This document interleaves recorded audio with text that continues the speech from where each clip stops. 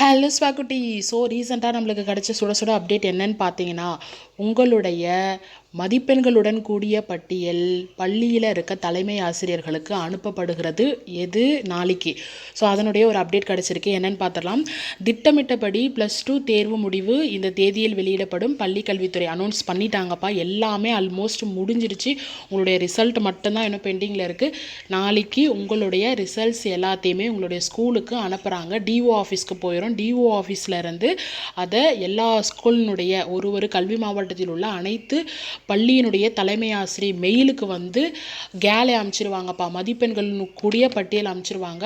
So அது நாளைக்கு உங்களுடைய ஸ்கூலுக்கு போய் ரீச் ஆகிடும். அந்த பணி வந்து நாளைக்கு துவங்குறாங்க. அதாவது ஞாயிற்றுக்கிழமை கரெக்டாக திங்கக்கிழமை உங்களுக்கு வந்து ரிசல்ட் அனௌன்ஸ் பண்ணிடுவாங்கப்பா. ஸோ அதனுடைய ரீசெண்ட் அப்டேட் தான் கிடச்சிருக்கு. என்ன நம்ம டீட்டெயிலாக பார்த்துடலாம் பாருங்கள்.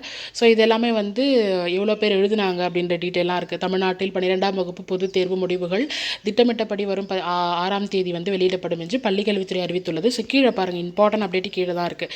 தமிழகம் முழுவதும் உள்ள அனைத்து பள்ளிகளுக்கும் ஞாயிற்றுக்கிழமையே மதிப்பெண்களுடன் கூடிய பட்டியல்கள் அனுப்பப்படுகின்றன. அதாவது நாளைக்கு பிள்ளைகளுக்கான மதிப்பெண் பட்டியல் தலைமை ஆசிரியர்களுக்கு அனுப்பப்படுது. ஸோ அதனால் எல்லாமே தயாராகிருச்சுப்பா. நல்லா ப்ரே பண்ணிக்கோங்க. எதுக்கும் பயப்படாதீங்க. ஏதாவதுனா கமெண்ட் பாக்ஸில் பதிவு பண்ணுங்கள். இன்னும் வேறு ஏதாவது அப்டேட் கிடச்சா மறக்காமல் உங்களுக்கு அப்லோட் பண்ணுறேன். Tata bye by.